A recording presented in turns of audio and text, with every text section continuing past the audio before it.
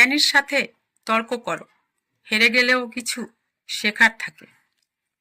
মূর্খের সাথে তর্ক করো না, তাদের কাছে যুক্তি থাকে না, তারা শুধু চিৎকার করে মিথ্যা বলে, সাময়িক জয়লাভ করে।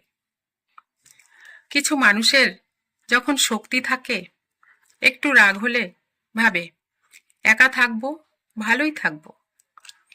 বয়সের ভারে মানুষ যখন শক্তিহীন হয়, তখন রাগ কমে যায়, একা থাকার কথা ভাবে না, কিন্তু এই সময় তাকে একাই থাকতে হয়।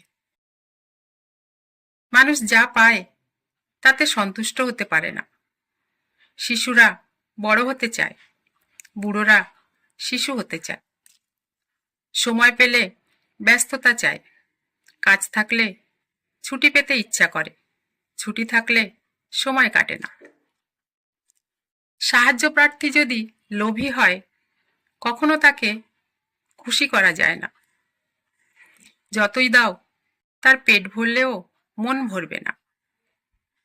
শেখো রোজ, বিন্দু পরিমাণ হলেও নতুন কিছু শেখো। মানুষকে দেখে শেখো, বই পড়ে শেখো, প্রতিটা আঘাত থেকে শেখো। যে যত আঘাত পায় তার অভিজ্ঞতা তত বেশি হয়।